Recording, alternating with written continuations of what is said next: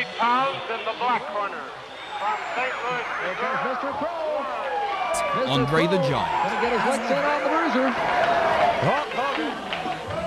Number one, the greatest WWE champion of all time, and in many ways, the man who made the title what it is today, Bruno Sammartino. his opponent weighing 236 pounds in the white corner. From Van Nuys, California.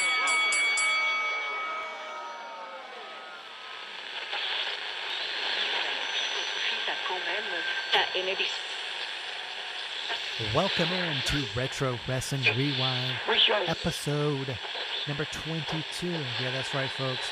We woke up after our 21st birthday. We're still alive. We're on to episode 22. As always, I am former professional wrestling ring announcer and one half of your humble host. I am David Fine, alongside the true Long Island IC, the Hell was Zack Ryder, Alex G. Man, we made it past our 21st birthday. We're on the 22nd.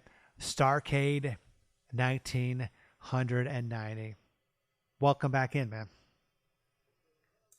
What's going on, man? I'm just down here in the ATL, Bat Street, USA. I was just last week. I was with Jimmy Jam Garvin and Michael P.S. Hayes. We were doing some music because they are fucking rock and roll star.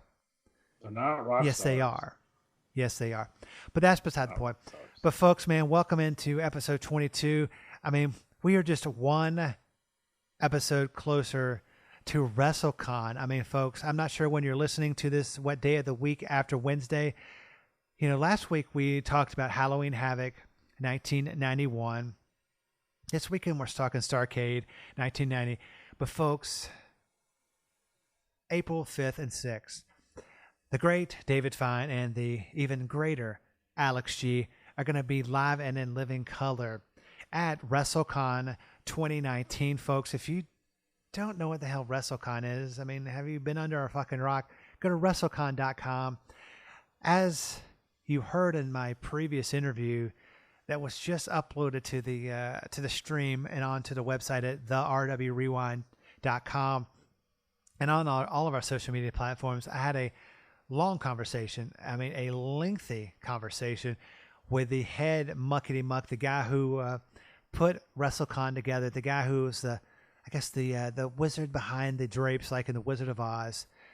It was a great conversation, and what's the difference between drapes and curtains? I think curtains are at strip clubs, and drapes are, I don't know. But do you know any good strip clubs in New York? I guess that's a hell yeah, as Stone Cold Steve Austin would say. A bit of advice for friends coming down to WrestleCon: if you're going to partake and go to a strip club, make sure you don't do this. Don't wear sweatpants with no underwear on, because they will throw you out. Well, that's I'm not saying I know this firsthand. I'm just saying don't do it. You're not saying you know it firsthand, but you said it happened to you before. Just saying.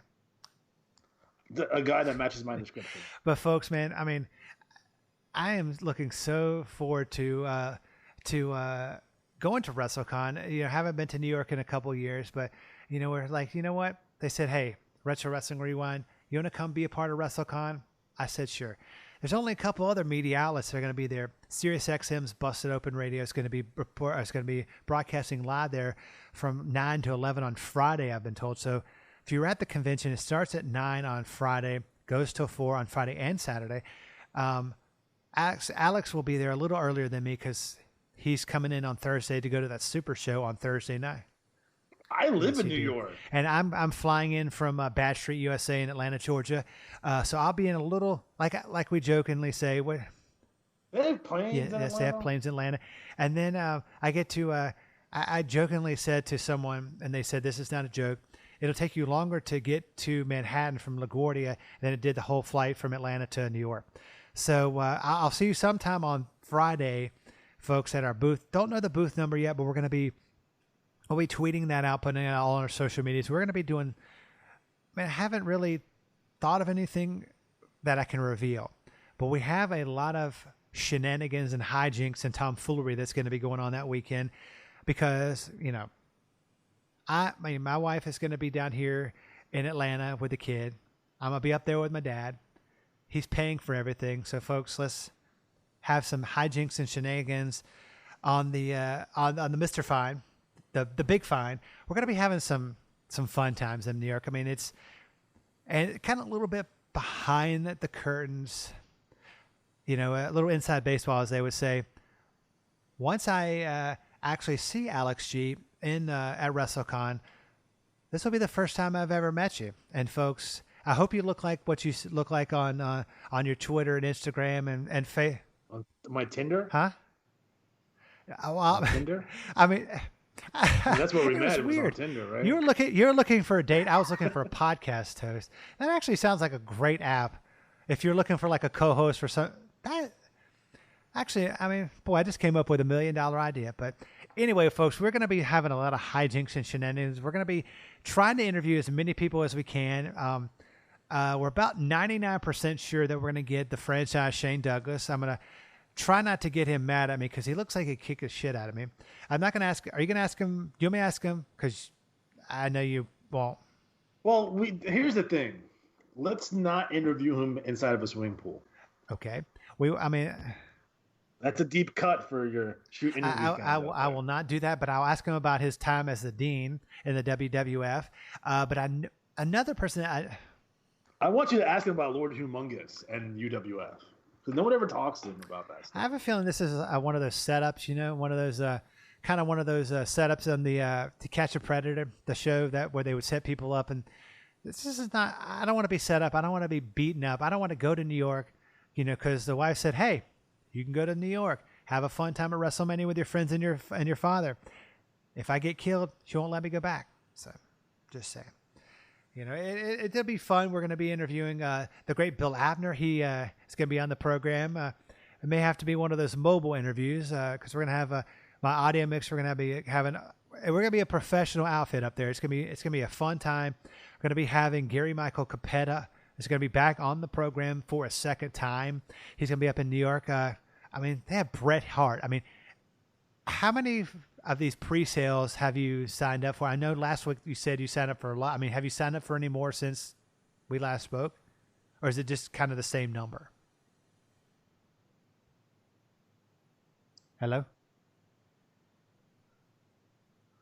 I'm waiting for pre-sales to come up for Brian Cage, MJF, and some of these other guys because they're not available as of right now. But definitely pre-ordering your tickets for each particular wrestler is probably the way to go. You don't really want to be walking around with wads of cash in a room full of wrestling fans and wrestlers. Yeah. I mean, if you want to bring your wad of cash over to our table, I mean, we're going to be. I mean, we'll watch it for you, and we'll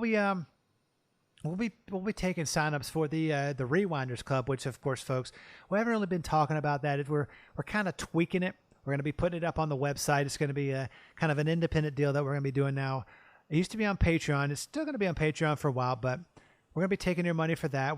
It's one of those extra contents where, you know, you get to have behind the scenes. You're going to have extra content. It's going to be some fun hijinks and shenanigans. But yeah, I mean, there's so many people. I mean, there's Barry Windham, there's Lex Luger, there's Tully Blanchard, J.J. Dillon, Baby Doll, the great Priscilla Kelly. If you haven't heard of her, then I mean, you just give back your wrestling. I know you want to interview. I do, and I want to ask him about his mom shaving his. Didn't she allegedly shave his package or his back or something? I mean, any good mom would do that. I mean, my mom did, but that was last week. But that was last week. But that's beside the point. Can we ask Greg Valentine how come his hair is still luxurious? Because he has some luxurious. How about hair. Coco Beware? He's going to be there. Jake Roberts is going to be there. The Batman Scott Hall. Make sure you get James Ellsworth's cell phone number so he can text you some pictures. I mean, sadly, if he wants to be on the program, I will interview him. I will interview him by myself. I know you don't want to really have him on the show, but it's not that. It's just I'm bad. I'm terrible at interviews. I'd be like, "Hey, Kevin Nash, do you remember when you were Oz? That was cool." All right. So, are you trying to say I'm gonna be the lead in these interviews? I'm just gonna probably have a goofy grin on my face. and I just carry the bags and stuff. Hey, all I can tell you is, folks, and Alex G, I am going to be drinking heavily on the way up there because we got economy comfort on Delta, and you get alcohol included. So I will be. It's gonna be a. You asked Tori Wilson why she was dating Billy Kidman, and why everyone hated Billy Kidman for freaking dating her. Like, it's just, she's so out of his league. No offense did to he Billy have something? Kidman. What did he bring to the table? I'm just saying. I think he was like 1998 good looking. Don't you want to? I don't know. Don't you want to talk to Sonny Ono? I do want to talk to Sonny Ono. I want to talk about Collision in Korea because he was the commentator for that show with Eric Bischoff. And another. That's a show that we have to do, Collision in Korea. And we can do that coming up. But and another thing is, there's two people that have just been pulled from WrestleCon. Who are those two people? If people don't know, like on the website, I don't know if they'll be able to. I don't know if they were pulled because they have the WWE event to go to, or it was a mistake or miscommunication. But originally, Corey Gaze and Renee Young were advertised. And Jonathan Coachman's going to be there. So the coach, he's going to be. I would talk to Vicky Guerrero, but since I'm Hispanic, I don't know if she'll talk to me. So, what are you trying to say? Well, if you read her Twitter lately, you would get that. Yeah, I don't follow her on Twitter. I should probably, but I don't. I don't even follow Retro Wrestling Presents. So that's just. Oh, yes. I want to. Speaking of that, we are past the entry deadline for the giveaway. I'm sure the fan who won it was super excited. What in the hell? If people want to know if they were in the dark, what did you give away on the 15th of this month, February? We gave away a Nintendo 64 console with one controller and a copy of what most people would consider, and I think I'm among one of them, as the greatest wrestling video game of all time, WWF. And this is, you could be honest with me. I feel like we're family. Was this a console in this video game, an extra one that you had that your wife said, "Hey, you bought it"? I bought it. Okay. I bought it specifically for this giveaway. I got it, and I tested it and made sure it was working. Plus, my Nintendo 64 is the Japanese Nintendo 64, and I wouldn't give away a Japanese Nintendo 64. I would give away an American. What's the difference between that? Is it in Japanese? The cartridge slots are different.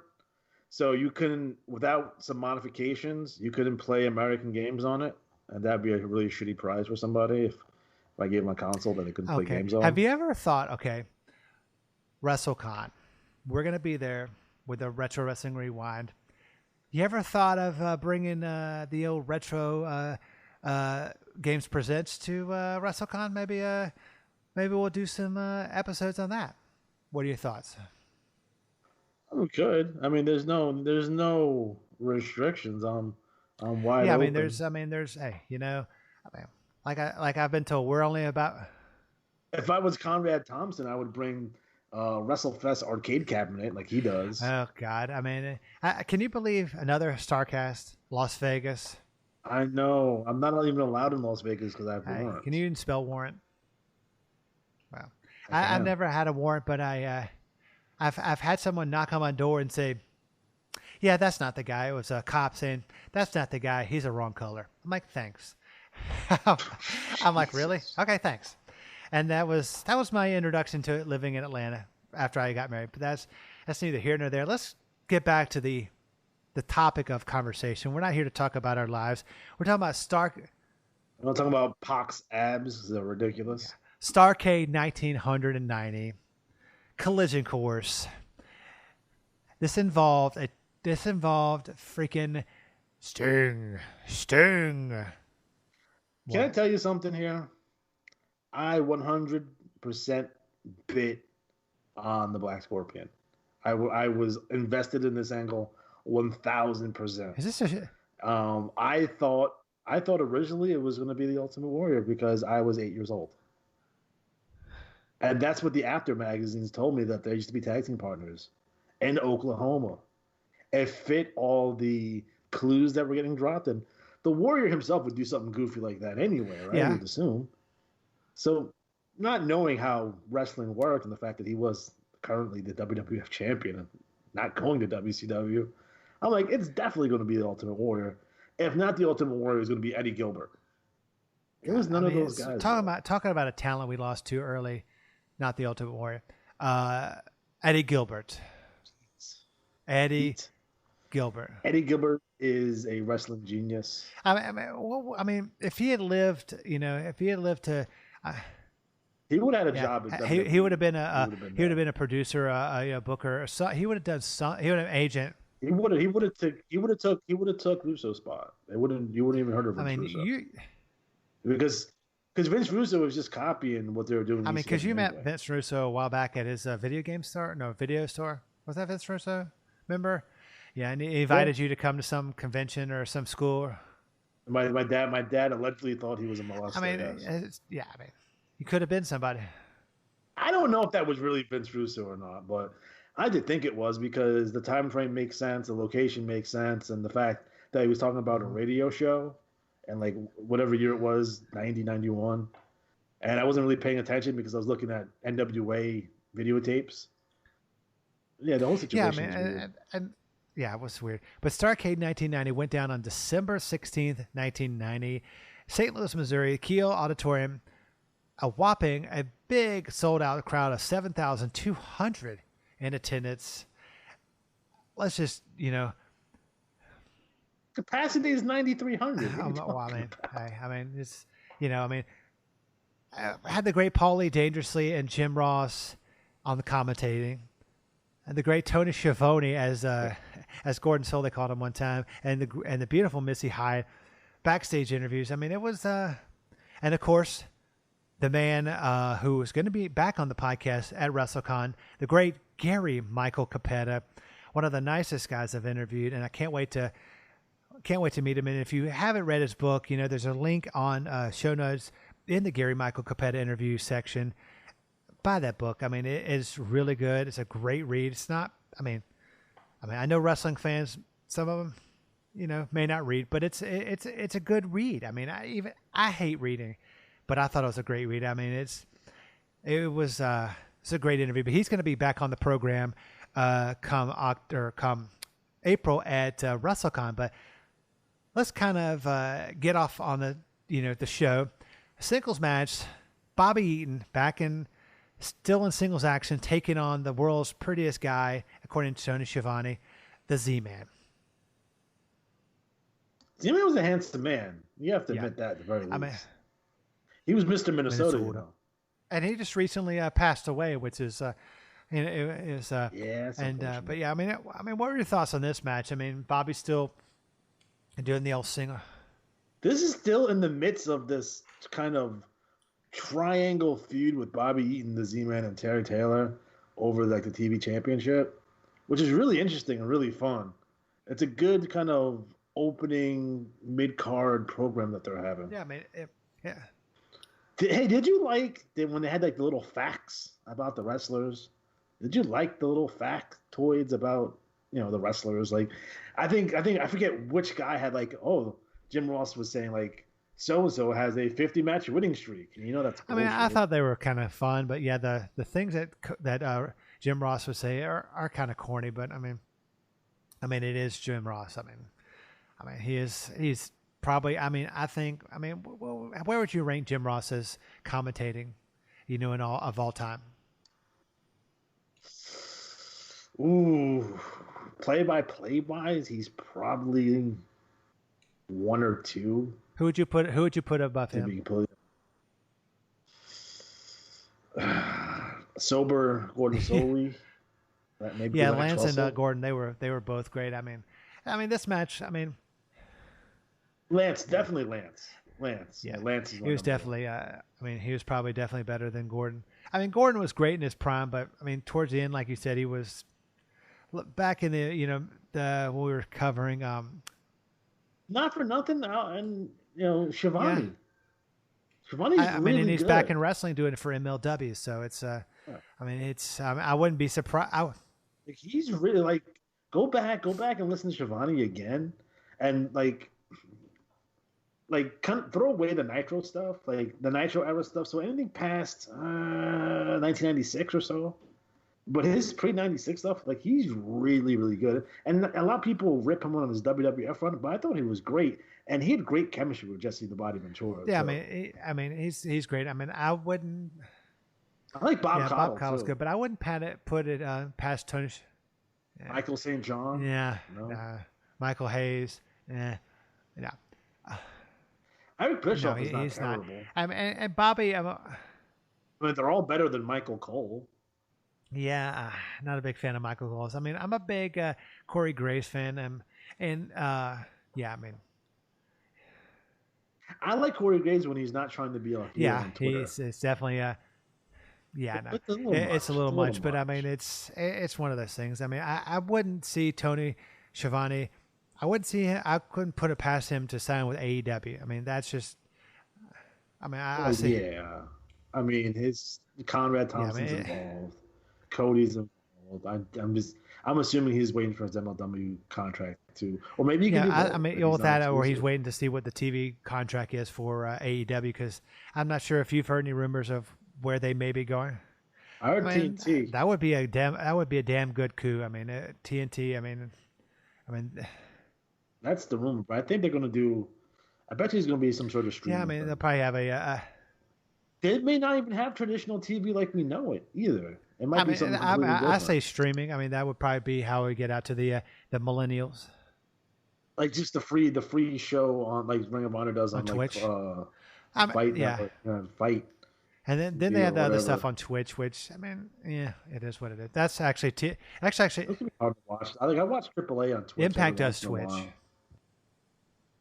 Or sorry, it's Impact. Impact. Shut up. Impact Rest. Shut up. Anyway, moving on. The first match in the tournament qualifier, the Steiner brothers, Rick and Scott, their Team USA defeated Colonel de Klerk and Sergeant Kruger, representing South Africa. 2 minutes and 12 seconds. Do you know who de Klerk was? Who? One half of the greatest ECW tag team of all time, Public Enemy. Rocco Rock. Rocco Rock. I didn't want to spoil it's kind of like saying that something's not real. And Sergeant Kruger was Matt Bourne. Neither are South African.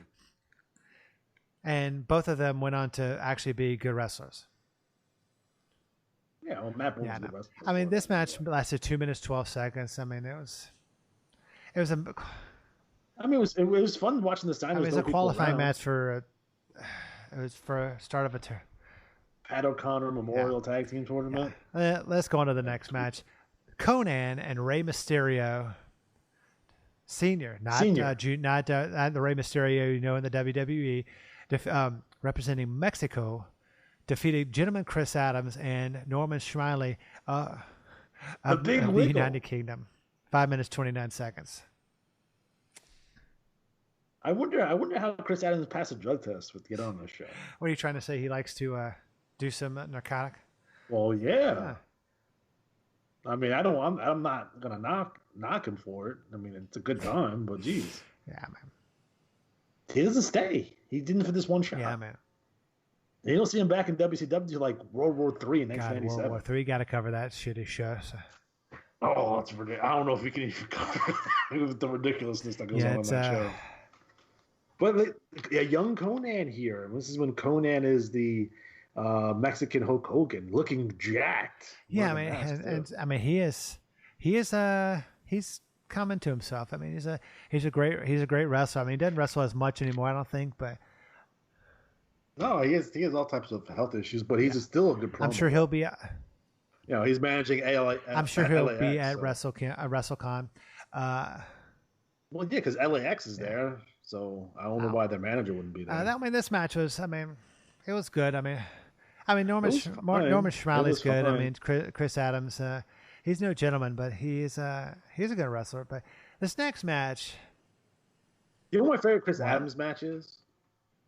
In USWA, he had a match with Steve Austin where I guess he was like in his judo gi and Steve Austin was like in his football pads. It was We'll have to watch that. That sounds like actually a good match. But everyone's to stop what they're doing. Just go back and watch like 1990, 1989 USWA. yes, whatever you do, ridiculous. pause it, go to the old Google machine or YouTube, and find it because I'm not sure if they have it. They probably don't have it on the network. It's on Amazon Prime. Oh, they have it on the Prime. I've never even looked for wrestling on Amazon Prime. Thanks. What? They got crazy shenanigans. Thanks. I'll have to look at that after the program. The next match, the Japanese contingent of the Great Muta, Mr. Saito, taking on the royal family of representing New Zealand, Rip Morgan and Jacko Victory. Your thoughts? You're a big Jack Victory fan? I feel that you're someone. I do like Jack Victory. I mean, I like him when he was with the sheep herders. But is that how he's from New Zealand? Because he's probably. It's Rip Morgan. Because Rip Morgan is legitimately New Zealand. Jack Victory. Yeah, Jack Victory is not from New Zealand, but I mean, it is what it is. I mean, he's an American professional wrestler, so I mean, he's not from New Zealand, but whatever. I mean, nice to see Muta back in WCW, even for one shot. And Saito. Are you a big awesome. Saito and Muta fan? I'm a huge Great Muta fan. I was hoping he'd be coming to WrestleCon, but that's yet to be seen yet. If he's there, he'd be my number one guy to get because he's awesome. He's my favorite Japanese wrestler, and he's probably like number 2 or 3 on my all-time wrestler list. Yeah. Like I have dream matches of like I play through my head like what if Great Muta versus Randy Savage? Great Muta versus Michaels. Randy Savage would have been great. Yeah, it'd been nuts. Yeah, but I mean, this match, I mean, it was all these are tournament qualifiers. It's retarded. But next match, Solomon, Mishakov and the Victor Soviet Zangief Union taking on Danny Johnson and Troy Montier from Canada. I don't know who these guys are. Why wasn't it like Jericho? I'm not really sure. I mean, they obviously, I don't know. What about Benoit? Benoit comes in for another. I mean, obviously, they must not be somebody that have some kind of lineage because there's not even a link on Wikipedia to find out information about it. But like, okay, let's be honest here. 1990, right? Guys you can bring in from Canada. Who are you picking?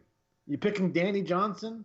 Or are you gonna pick Owen Hart? I don't know about you. I'm picking Owen Hart and Chris Benoit. I mean, you should have been booking that shit back then. So I mean,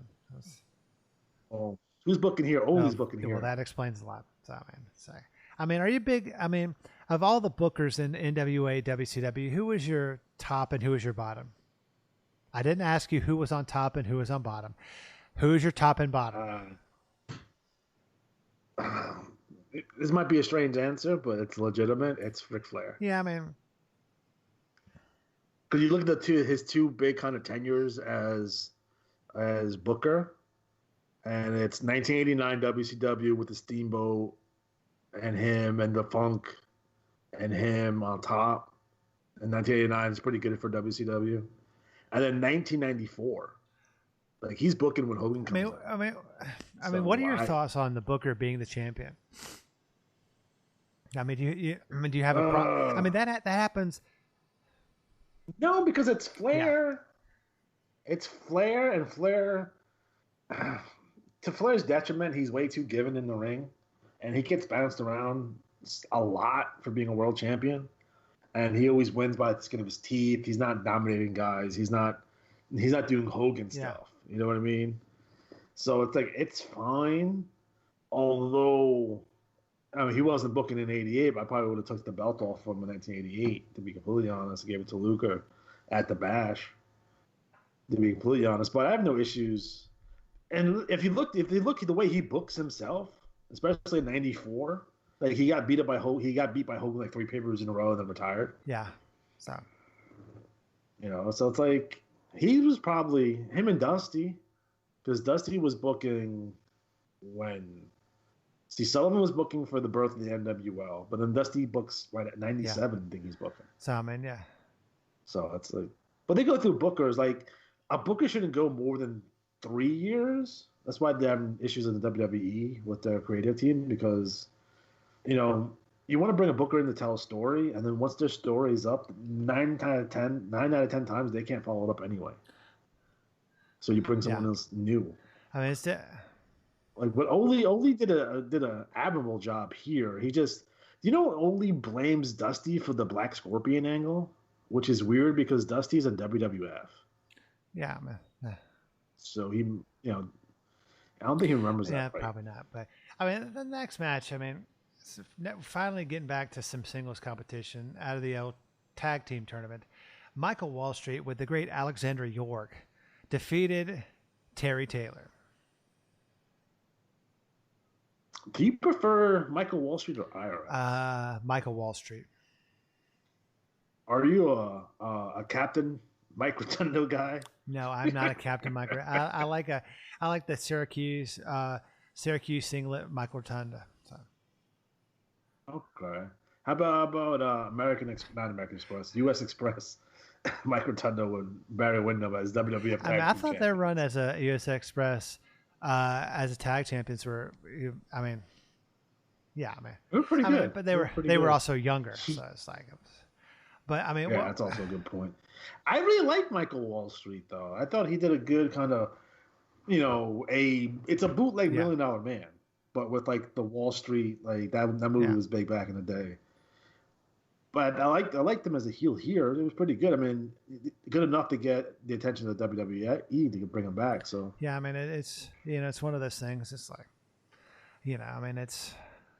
I thought he was good. I mean, of course he had Alexander York. I mean, you know what she was doing before? She was doing makeup for NWA. She was doing Dusty Rhodes.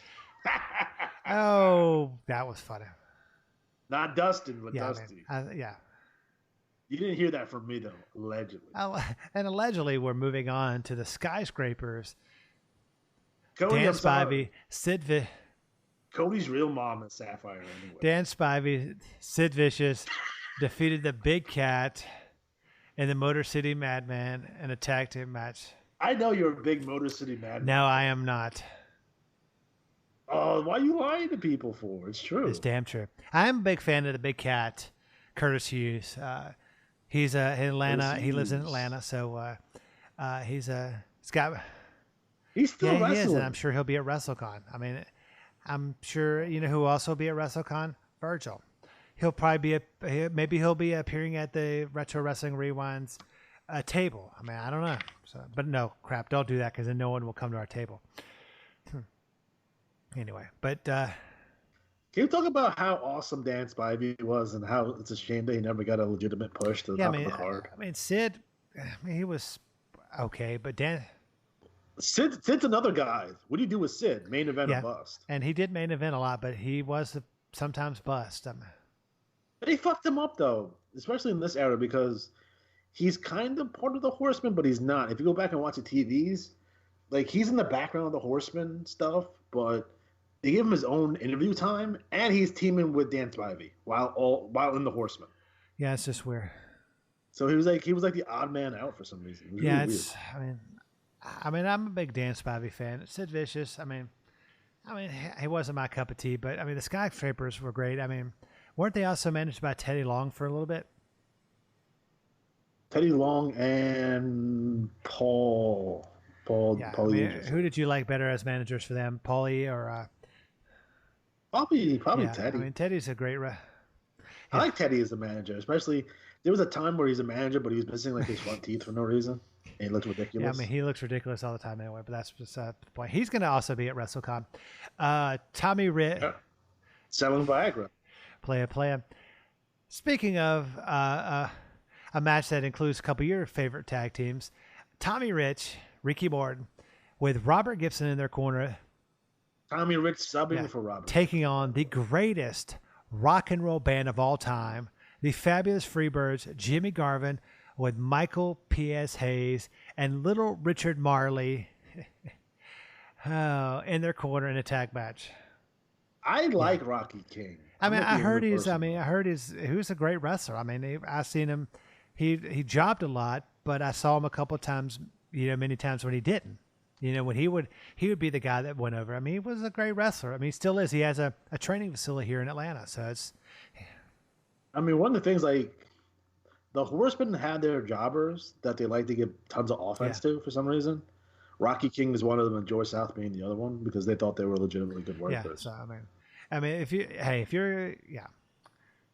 I mean, he was good. I mean, this match. I mean, Tommy Rich. I mean. I don't know. Somebody say something about fired up. I mean, he's just Tommy Rich. I mean, should he have been wrestling in 1990? I feel like he aged really. He did. Fast. I mean, I remember meeting him in 91. 91. He looked terrible, but it was also in Cedartown, Georgia, in a high school gymnasium. So I mean, it was the night before he wrestled Abdul the Butcher in the Omni in Atlanta. So I mean, he was. He had, it was. He looked old, but I mean, this was 1990, so it's like, I mean, he looked terrible then, but yeah, I mean, it was an okay match. I mean, what were your thoughts on this match? Yeah, I mean, I would have preferred. I think everyone else in the world would prefer the Rock and Roll Express versus the Freebirds here. That could have been a nice little feud there, but unfortunately, Robert Gibson ended up getting injured. I think he blew out his knee, so. What are you going to do there? I mean, this era of Freebirds, man, is not good. Like, they needed Bam Bam. They needed Terry Gordy here, and they don't have him. No, they do not. But yeah, I mean, it was it was like you said, it was probably what'd you say, like a 2 out of 10 for this match? Yeah, if that. I mean, the next match. We're back to the tag tournament. It's a semifinal match. The Steiner brothers they defeated Conan and Rey Mysterio Sr. Your thoughts on this match? Another short match, 2 minutes 51 seconds. They either didn't really care about this match or they were rushed in this match. No, Mysterio was injured. He got injured in the prior match because I think if I remember correctly, he did a somersault plancha over the top and like broke his leg or something. But he still wrestled his ankle. So. Of course, because he wants to get paid. Yeah, and I guess back then, if he didn't wrestle, he didn't get paid. So, and next match, Saito Muta defeated the Soviets, which I will not butcher their name again, in 3 minutes 8 seconds. Your thoughts? I mean, were you now these guys, to me, the Soviets here, they didn't look like trained professional wrestlers. They looked like guys that just came off of, they were just like, oh, we were just in the Olympics 6 months before. So they were big-time amateur wrestlers. They won Soviet Cups and Junior World Championships, and Zangief was the Soviet amateur champion. And they wrestled a little bit in New Japan, but you can't find some fake Russians to put in there. You got a fake New Zealand guy. You have fake South African guys. You can't find fake Russians. Where's Nikita Koloff? Not there. So. We can't get Nikita. What's Uncle Ivan doing? He's probably not doing anything. No, he was not. He was not also not doing Alexander York, but who was doing? Yeah, that was Dustin. I mean Dusty. So yeah. Or New Jack, if you want to be, a jerk about it. Yeah, this next match. So when we meet Terry Reynolds, can you ask her about those pictures that you took with New Jack? Have you ever met New Jack? You know what? I'd hang out. Yeah, I mean, I had a buddy who was a wrestler down here in Georgia, and he knows New Jack, and he said he's not. It's one of those personas. It's like he's not as mean as he seems to be, but people think he is. So that's just kind of the way the life he lives. But I mean, him, New Jack, Mustafa, and the great D'Lo Brown up in Smoky Mountain Wrestling. They have some great promos with Jim Cornette. They were called them the proto Nation of Domination. I mean, this next match, I must have been sleeping at this time, not during the pay-per-view, but Stan Hansen, U.S. champion, taking on Lex Luger in a Texas Lariat match. I mean, who the hell decided to give Stan Hansen the U.S. title? Probably the same guy who booked him to beat Lex Luger at Halloween Havoc. Yeah, I mean, it's just... Stan was even full time at this point either. He's going back and forth. But they gave the U.S. title to. Well, I think they wanted to have Luger beat him on Starrcade I think that Yeah, was and the he idea did. here. So he beat him in 10 minutes, 13 seconds. I mean, what were your thoughts on this match? I mean, It's a nice little gimmick match, so Stan doesn't have to give up in the torture rack, which is, I guess they're trying to protect Stan here for whatever yeah, I reason. mean, it was. But what you really wanted to hear though was your Vader versus Stan Hansen match, because that was what was blowing up in Japan. But they didn't get that. They didn't give that. Nope. They didn't get it. They did not. But I mean, kind of moving on. I mean, this match. I mean, what were your thoughts on this match? I mean, you're 1 out of 10. I would. It's not that low. It's perfectly acceptable wrestling. It's probably like a 5 out of 10. You know, you have Stan Hansen, he's a great, fantastic worker. Luger, this is 1990 Lex Luger, so he hasn't completely went off the rails yet. You know, I love Luger's music, by the way. This is my favorite. Of all his entrance themes, the Lex Luger early WCW theme is the best. But yeah, he got a win over Stan Hansen. That's a pretty big deal. Plus, they're probably going to go back to Japan, and having Luger beat Hansen, if they go back to Japan, it's going to be a big deal. So, but I mean, the next match had a great tag team. I mean, one of my favorites, Doom, Butch Reed, Ron Simmons. They're the champions. They're the NWA Tag Team Champions with Teddy Long taking on Double A Arn Anderson and Barry Windham in a street fight. Ended in a no contest, but I mean, it was a good match. I mean, your thoughts? This wasn't scheduled. This wasn't scheduled for this match. It was supposed to be Flair in here, but Flair got kidnapped. Oh yeah, and yep. In the limo, remember? But the Horsemen cut these really cool promos. I think maybe earlier '91, like right after this, where like Arn and Barry are in the hood, and they're cutting promos on Doom. So like we have a heel versus heel here, like a Horseman versus Doom kind of heel versus heel program here, which is interesting. I don't know how you get a no contest in a street fight though. I mean, there shouldn't be any. Should be no disqualification. Realistically, it probably should have been the Steiner brothers versus Doom for the belts here. Yeah, I mean, it should have been, but I mean, the Steiner brothers had to be in the tag team tournament for the Patton Memorial. Why even have the tag team tournament? I mean, why can't it be like a singles tournament? Why, like, Pat O'Connor is the former NWA World Champion. He's not synonymous with tag teams. I don't know. It was a clusterfuck. I blame Luthaz. You don't blame Ole Anderson? No, I blame Luthaz because that's why they're here in St. Louis, because Luthaz was friends with Jim Herd. Jim Herd's from St. Louis. So that's why you randomly have a Starrcade in St. Louis. Oh man, the next. Even more upsetting is the main event, which we'll talk about Dick the Bruiser here in a minute. But yeah, next up is the Steiner brothers, Rick and Scott Steiners, representing the United States of America, who defeated the great Muda and Miss Saito, Mr. Torture, as I like to call them, representing Japan. No one Who the hell cares? This is a good match. It's the best match. Yeah, I mean, it was good, but it ended just a bunch of matches in a tournament that they could have just had one match. I mean, well, yeah, I mean the one night tournament on what's supposedly your premier events is not a good idea. Look at WrestleMania. I loved WrestleMania 4. That show's so obnoxious. But when you have the Steiners here, and looky who wins the cookie here. This event, and I mentioned this on previous shows, is probably the first indication that they're moving away Starrcade from being the premier event and setting up whatever that February pay-per-view is. So this year it would have been Super Brawl 1, which the main event of that was Ric Flair versus Tatsumi Fujinami. Again, they're working with Japan here. So I'm curious about why Fujinami is not on this show. I'm curious about why Ric Flair doesn't win the belt at this show. I'm curious about why Ric Flair wins the belt a month later in a house show in the Meadowlands for no apparent reason.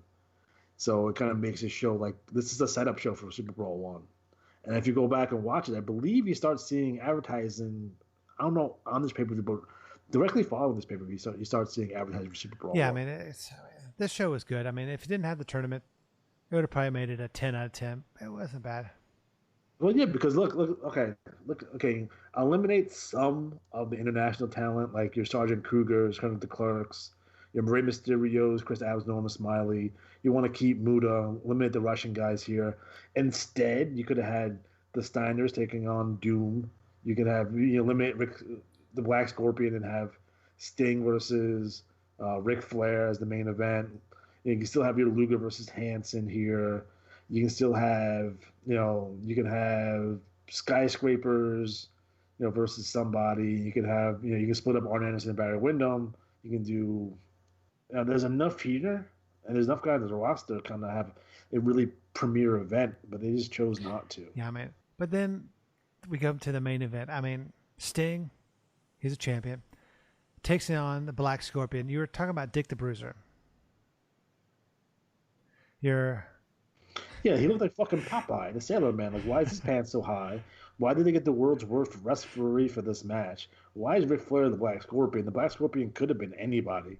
You could have found a muscle guy off the street and have him get beat, and he could have been, revealed as nobody. Or, as soon as literally he walks in the ring, everyone knows it's Ric Flair.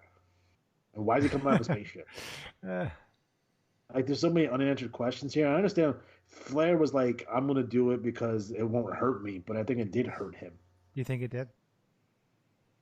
Yeah, I think it did. Because he always, Black Scorpion, Ric Flair. It's awful. Awful. You should ask Ric Flair about the Black Scorpion when you meet him at WrestleCon. Yeah. No. Can. I mean, what were your thoughts on this match? I mean, it ended, It would have been another fantastic Sting and Flair match if it had just been Sting versus Flair in a cage for the belt, lose the guest referee. It's his gimmicks on top of a gimmick on top of a gimmick. So not only do you have a Black Scorpion, which is a giant gimmick, you have the steel cage, which is also a gimmick, and a special guest referee. Yeah, who looked like looked like Popeye. It's like Jesus. Like why? Like if you're gonna have a guest referee, why don't you just have Luthez do it? Yeah, man. And it's overdone. And of course, Paulie just kept on whistling the Popeye theme song. It was just, I mean, and do you think that nowadays that this gimmick would have worked? I mean, yeah, because I mean, well, I know, but like, there's had to be somebody who believed it was, could have been this person or could have been that person, but now there's so much rumor. Here's the issue: they had no plan. They started this angle with no plan because all right, let's go back to the beginning here, and I'm gonna break this down for everyone real quick. Sting gets injured on his run to the world title, right? So they had to push back his title win to the Great American Bash. Now he was supposed to win it in February at Capital Combat. Instead, they replaced him with a hastily turned Lex Luger. So what was supposed to be at the end of this year was supposed to be a Sting versus Lex Luger feud, but they're not going to do that because they turned Lex Luger babyface. So instead, you get that one-off Sid match at Halloween Havoc, and you get the Black Scorpion because Sting had an opponent. Yeah. Because they turned Luger, which they didn't need to turn Luger. They could have put Pillman in there, or whoever the fuck in there instead of turning Luger. There was no reason for that. Yeah, I mean, there's a lot of unanswered questions, but. So your entire 1990 is fucked and accumulates here with Sting versus the Black Scorpion at Starrcade. I mean, it's. So 1990 was really coming off a really strong 1989 and your 1990 years, legitimately shit to the point where like they gave up on the Sting title run to put the belt back on Flair in January. Yeah, and it's Sting had no opponents. No, he had no opponents.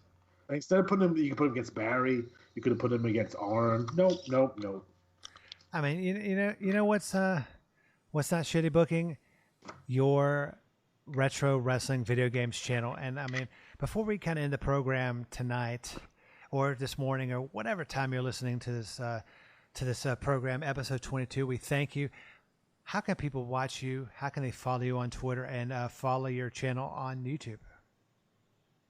All right, you go to YouTube, you type in Retro Wrestling Games Presents with the first thing that pops up when you search for that. So make sure that you click on the channel, you subscribe, you hit the bell, you hit the like button or dislike button, make a comment, and watch the videos. We have 275 videos up currently. We just recently did a review of WWF Raw for the Xbox, which is an underrated, kind of unpolished gem that no one really talks about in terms of the pantheon of great wrestling games. So take a look at that. Of course, we'll keep on doing the NWA 1984 project, where we take a look and rebook the year 1984 for the NWA. In addition, we are still doing our Spider-Man and Super Nintendo Classic playthroughs. So take a look. There'll be something on there that someone will enjoy. So definitely, take some time out and watch the channel. If you want to follow us on Twitter, it's simple. It's at the RW Rewind. We tweet a lot. Of course, we're coming up one show sooner to WrestleCon 2019. We're going to be revealing where our booth is going to be, who we're going to have on the show. I mean, a lot of the stuff is going to be it's going to be as is. So you're going to have to come by the booth. We're going to have a giveaway, a basket we're putting together with some retro stuff in it. We're going to be having some magnets. We're going to be having some stickers. We're going to be having some shirts, some merch. We're going to have a lot of stuff. We're going to be allowing our great and loyal fans who are at WrestleCon to come by the booth and sit down and be on the show and tape your, pick a show, pick whatever you want to, Starrcade 85 or whatever, and we'll sit down, we'll talk about it. Whatever your favorite genre, your favorite year, from 1980 to 2000, we'll sit down and we'll have you on the program. We'll get a real fan, a true fan's perspective on wrestling, kind of the way it used to be. But next week on the program, we have a good program coming up next week. I mean, next week we're covering AWA's Super Clash 3. What were your thoughts on Super Clash 3? It's shit. Well, and then next week after that, we cover WrestleMania 3. Your comments on WrestleMania 3. It may have the greatest match of all time on that. Ricky Steamboat taking on the Macho Man Randy Savage. That was a great show. But yeah, next week we cover Super Clash 3. Folks, once again, if you want to listen to the other podcast, just after this is over, click on episodes 1 through 21 and like us, retweet us, leave us comments. I mean, if it's a critique, it's still a comment, and give us a 5-star rating because we want to get up in those in the podcast ratings. And folks, we can only of course only do it with our listeners. But for the great Alex G, as always, I am David Fine. We'll see you back here next week where we cover Super Clash 3 right here on Retro Wrestling Rewind.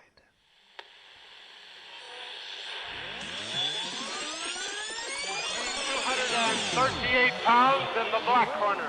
From St. Louis, Here comes Mr. Crow. Andre the Giant. Gonna get his licks in on the bruiser. Hulk Hogan. Number 1, the greatest WWE champion of all time, and in many ways, the man who made the title what it is today, Bruno Sammartino. His opponent weighing 236 pounds in the white corner. From Van Nuys, California.